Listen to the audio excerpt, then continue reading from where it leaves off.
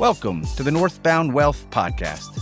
All opinions expressed by Brent, his co-host, or his guests are solely his own opinions and do not reflect the opinions of Northbound Wealth Management LLC.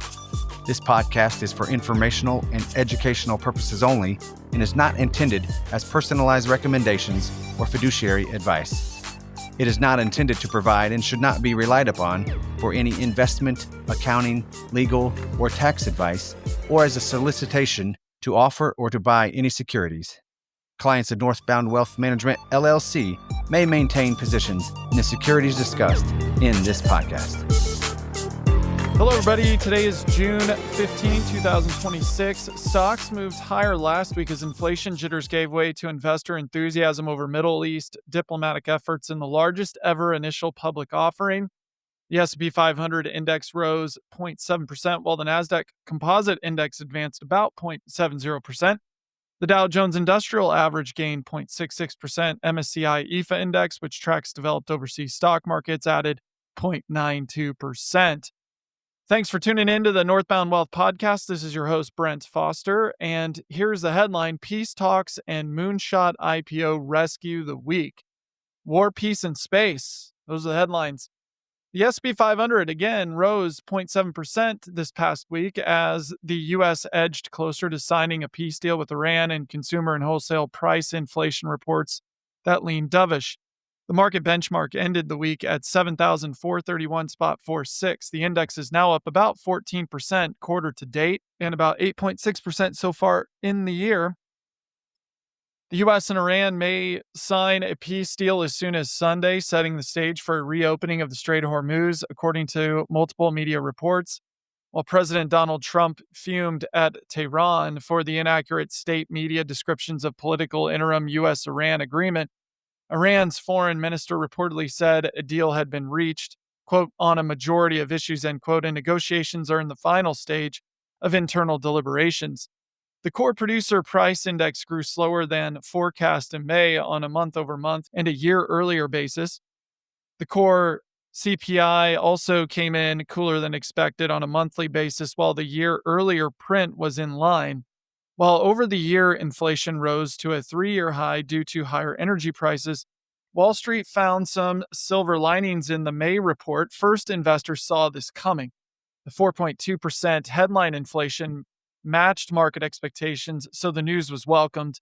Second, core inflation rose 2.9% over the prior 12 months, in line with forecasts.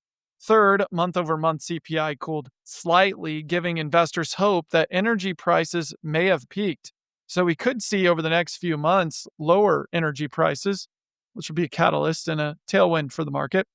The probability of a 25 basis point increase in September, October, and December was lower on Friday than a week earlier, according to the CME FedWatch tool.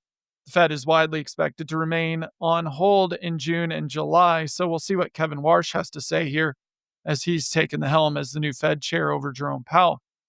The materials sector rose the most this week, up 3%, followed by a 2.6% gain in consumer staples and a 2% rise in financials. Shares of international flavors and fragrances ended the week up to 7.2% higher at $78.27, the fifth biggest gainer in materials.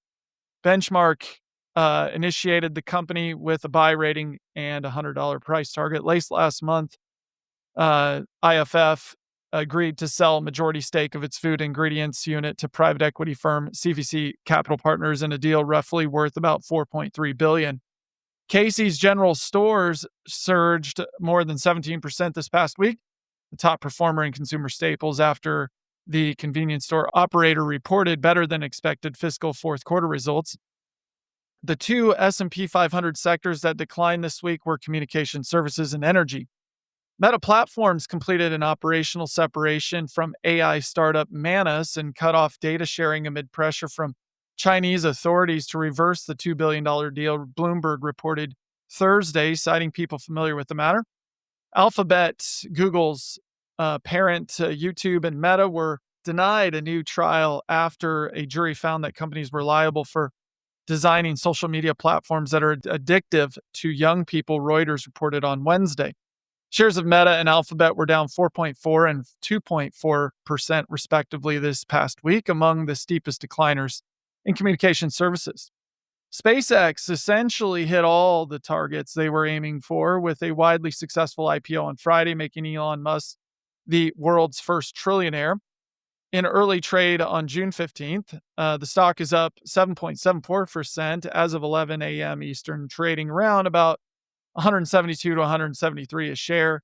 The trading was orderly on Friday and this morning, and expect the company to be added to the NASDAQ composite in the coming weeks, as well as to the S&P 500 in December.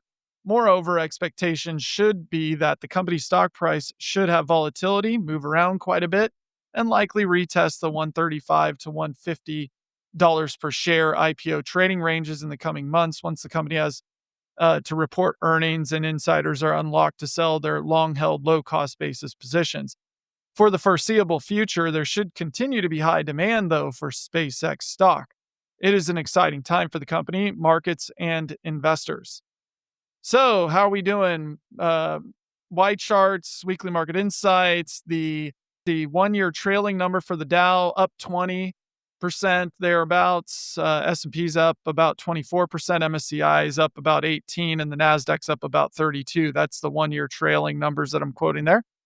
10-year Treasury note, it's trading around 4.45%. That is up from 4.42% last month, and over the last 3 months, that's up about 5.7% when it was trading around 4.21. Thank you, Y Charts, for that information. So, key economic data this week: industrial production, capacity utilization. That's today, Monday. Tuesday, import prices, housing starts, building permits. Wednesday, retail sales, pending home sales.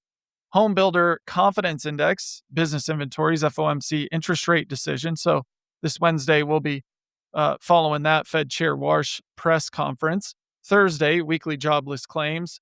And Friday, the stock market will be closed for Juneteenth holiday. So it's a holiday shortened week. This week, notable companies reporting earnings. Accenture, they're going to report. And then we got the tax tip of the week. Protect your tax data. The Internal Revenue Service shared guidelines for tax pros to protect taxpayer data, but these principles are sound for everyone to follow. Antivirus software. The software scans computer files for malicious software or malware on the device. Antivirus vendors find new issues and update malware daily. Always install the latest software on your computer.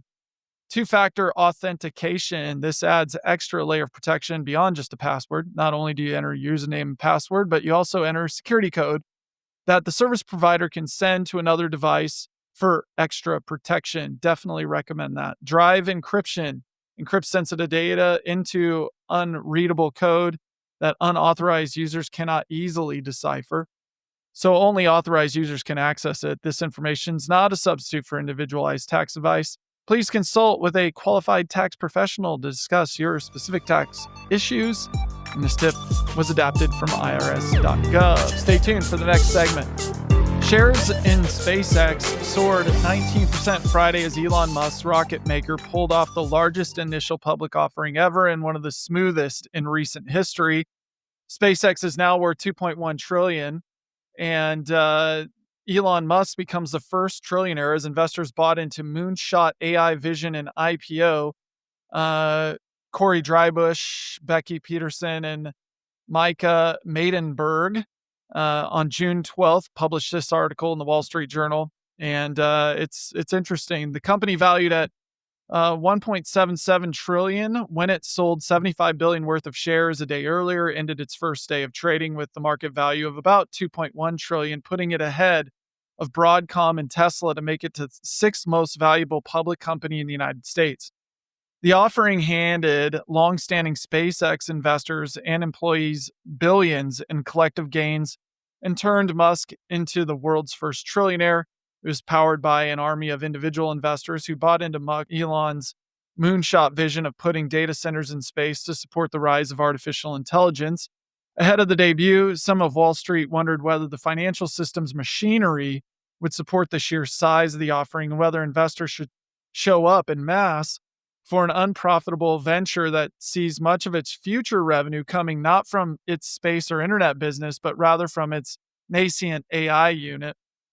Corporate governance advocates criticized Musk for controlling more than 80% of the company's voting rights, which makes it all but impossible to fire him or make other big changes without his support, and called for halting or boycotting the offering.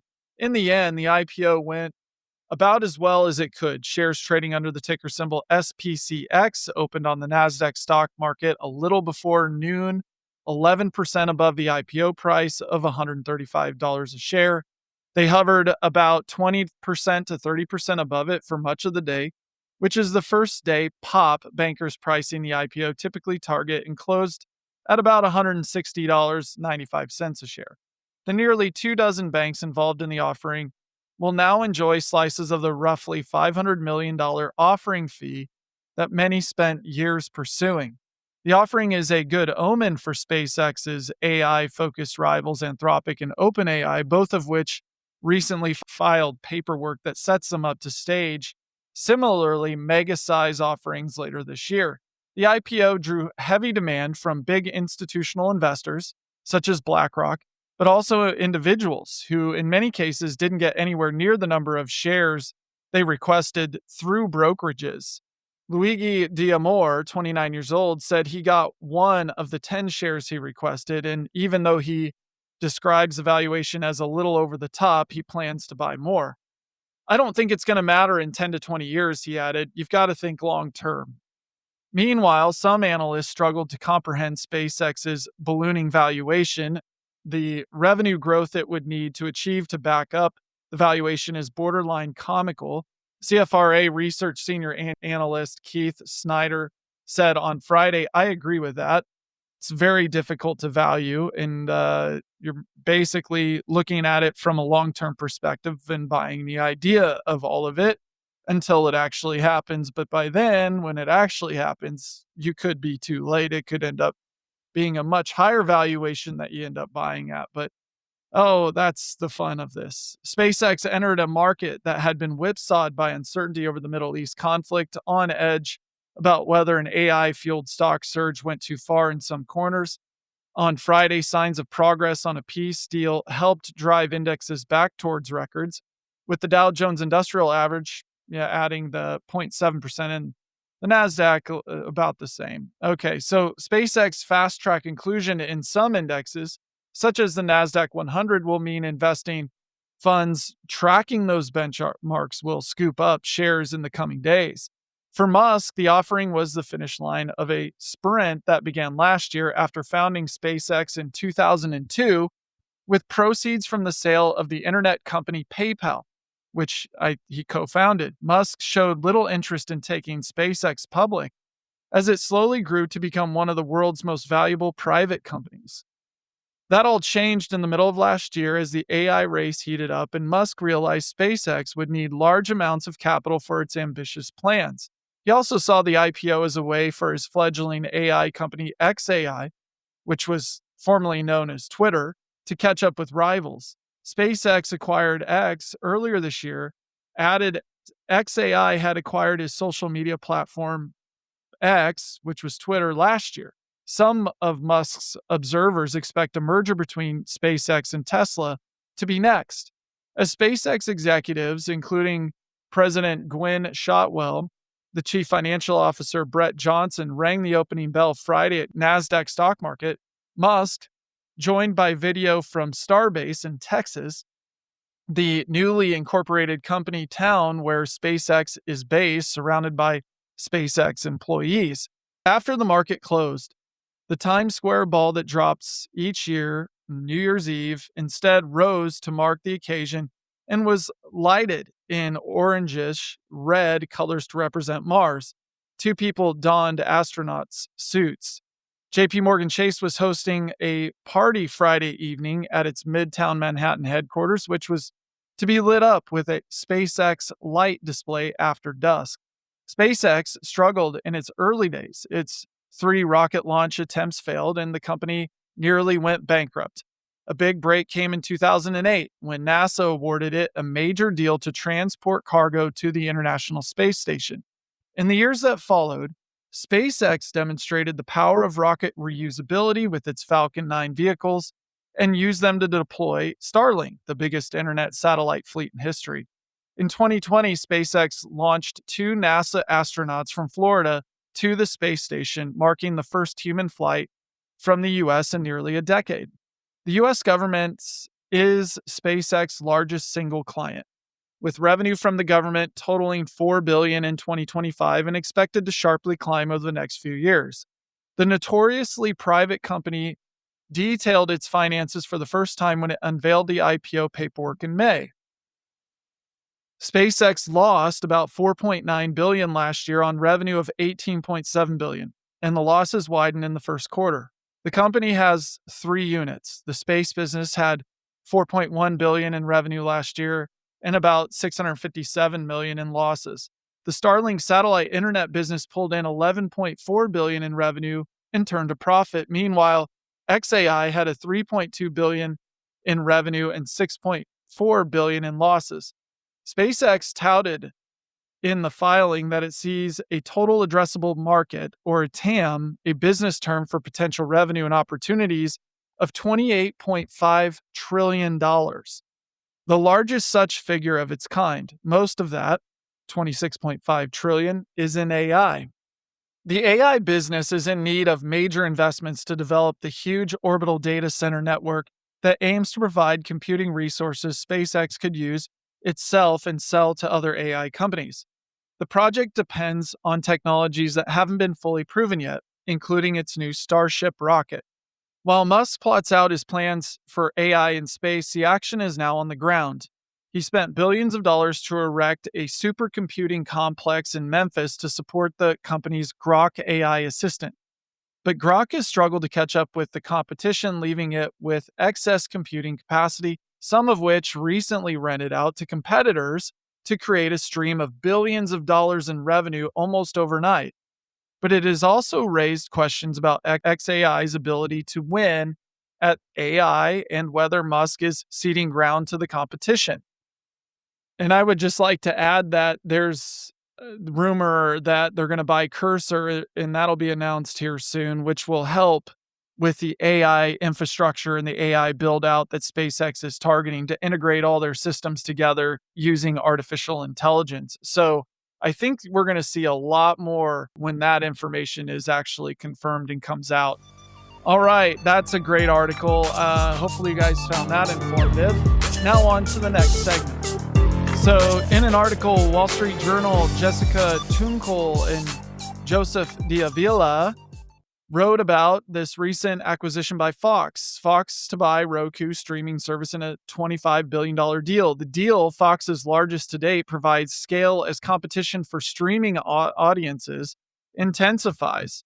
So Fox Corp said it's acquiring Roku, $25 billion.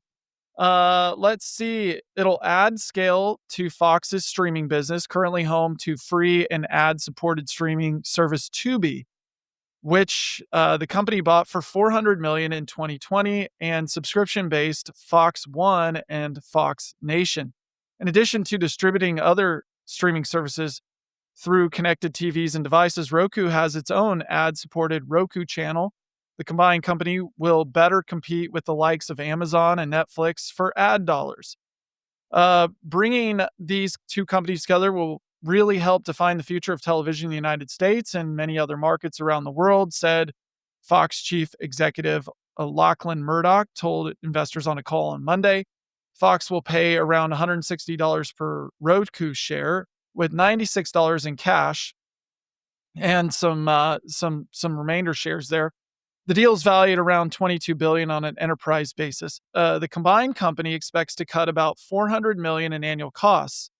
Fox plans to keep Tubi and the Roku channel as separate offerings, Murdoch said on a call, noting the two services complement each other. Consumers are increasingly opting for free and lower ad supported streaming options as the cost of subscriptions marches even higher. Ad-supported streaming plans now represent about 50% of all premium subscription video on demand signups in the US, up from 39% just 2 years ago, according to the research firm Antenna. More than 100 million global households stream with Roku. Roku is the largest streaming platform for connected TVs with 25% market share, according to the research firm Parks Associates. Samsung's Titson is now number 2 at 23%. Fox remained on the sidelines during the heyday early days for the streaming boom, pouring money instead into programming for its cable channels and buying up sports rights. It launched Fox Nation in 2018 and introduced direct-to-consumer Fox One, which includes sports and Fox News last year. Fox said last month that Tubi had nearly 100 million monthly active users and its revenue had grown by 23% in the fiscal third quarter. Fox and Wall Street Journal parent News Corp share common ownership. Roku had been working with investment bankers to explore a potential sale over the past few months. It had approached a number of companies, including Comcast, according to people familiar with the situation. In 2024, retail giant Walmart bought Vizio, a provider of connected TVs that competes with Roku.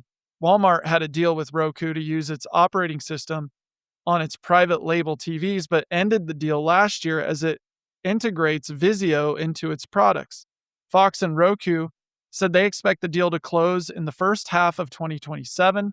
Fox shareholders will own about 73% of the combined company, with Roku shareholders owning the rest. Fox expects to fund the cash portion of the transaction with a $12 billion in new debt as well as cash on hand. Roku founder and CEO Anthony Wood will have a role at the combined company and will join Fox's board, the company said. All right, that's a very interesting development and touches a lot of Americans, 100 million active users in that. So thought it would be worth talking about. Hopefully it lowers the cost of all of our subscriptions. I doubt it, but we'll see. All right, stay tuned for the next segment. So this week I'm going to talk about the VIX index and among other things, probably the S&P 500. But I'm just taking a quick peek here at the VIX. This morning, we're at 16.34. We were as high as 23 just earlier part of June. And so we've had a drop in the VIX, the fear index or the fear gauge. And so that means the market has rallied again. And we'll see, just as a comparison, if you go back to March and early April, we had a VIX as high as 30, 31, 32, 33, right in there. So we've cut that in half, and that would make sense because we've had a substantial rally. I think the S&P on the over the past quarter is up 14% from those lows we experienced from the Iran-US conflict. So the VIX is something that you can track as an indicator, one of many. Taking a look at the New York Stock Exchange McKellen Summation Index Advanced Decline Ratio Adjusted, looks like we're on ticking higher with the full stochastics. And we've had some volatility. Obviously, I just mentioned the VIX had some volatility. So you see some swings, but it looks like we're kind of moving up higher, and the bull market is still in good shape.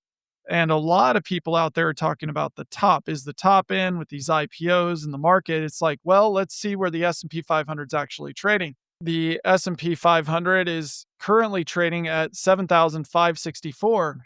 A lot of analysts out there and big banks are talking about the S&P price targets, which is usually a losing battle. It's very difficult to gauge those, but it's understandable that they would have an 8,200 price target. And we're off of recent highs. So there's a lot of focus on whether or not the momentum is going to carry the day, and we're going to press higher into even new all-time highs. We've had a nice and substantial rally off the lows back in April. We were we were below 6,400 on the S&P, 6,300, and then we've ripped basically 1,000 points since then. We're again trading at 75.63 today, last week around the 7,400 range. And so it would be expected to have some consolidation, and we need to see if corporate earnings come through on the S&P 500 companies. And we had that momentum-based sell. There was a sell-off there, profit-taking, getting ready for the SpaceX IPO and whatnot. And now it looks like we're moving and pressing higher. So It'll be interesting to see if we break out to all-time highs again, or if we fail that breakout and roll back over, and trade sideways for a while over the next several weeks as the markets are digesting new information and consolidating some. But they're not doing that right now. They're actually moving higher and retesting that overhead support. So we'll see what ends up happening over the next several weeks. Well, the Nasdaq Composite Index is very similar to the S&P 500. If you overlay the charts, you see the momentum, you see the relative strength, and the MACDs, and the 50-day and the 200-day moving averages. So the S&P is trading above that 50-day moving average. It traded down to it recently from the early part of June. It sold off. Then we're rallying back up.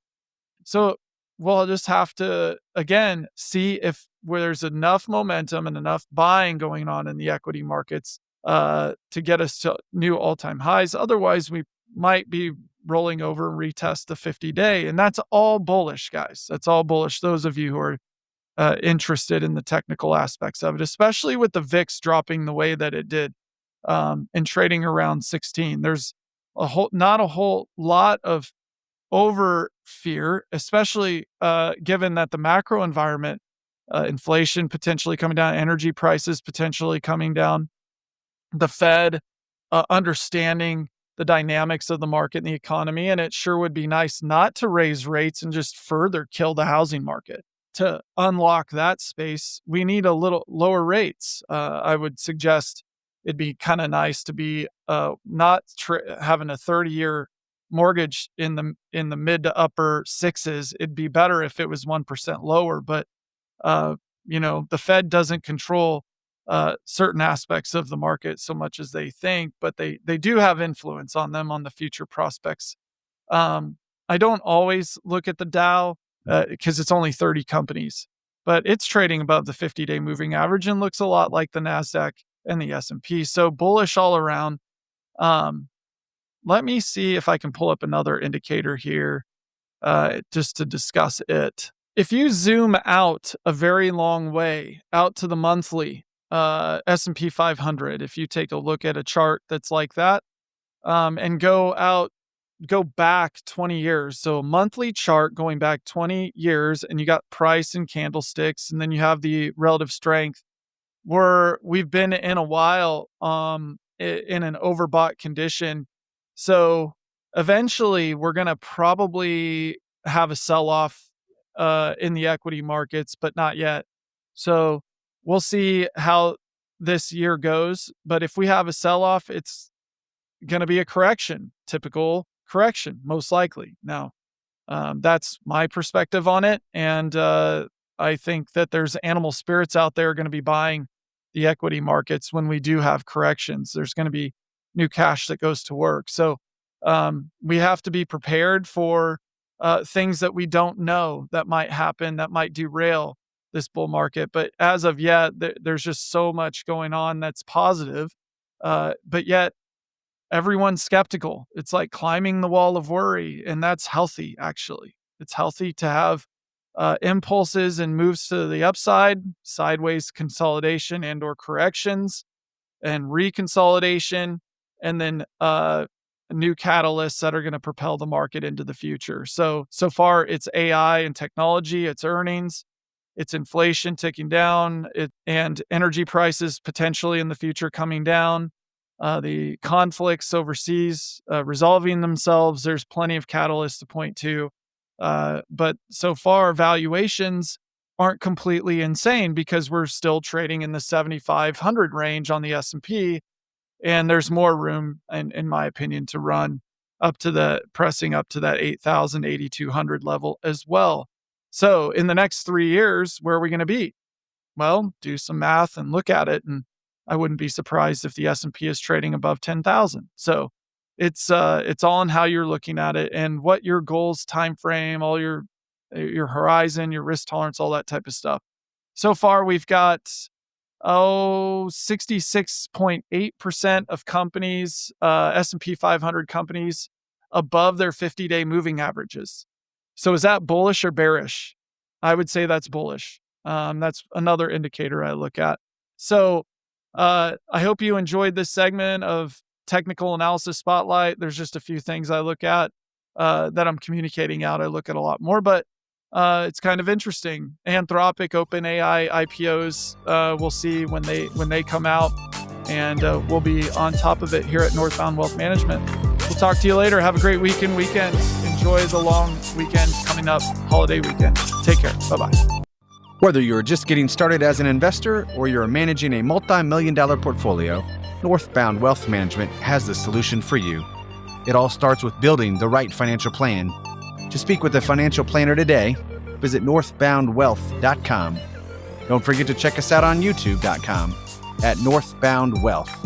And make sure to leave a rating and review on your favorite podcasting app. Thank you for listening.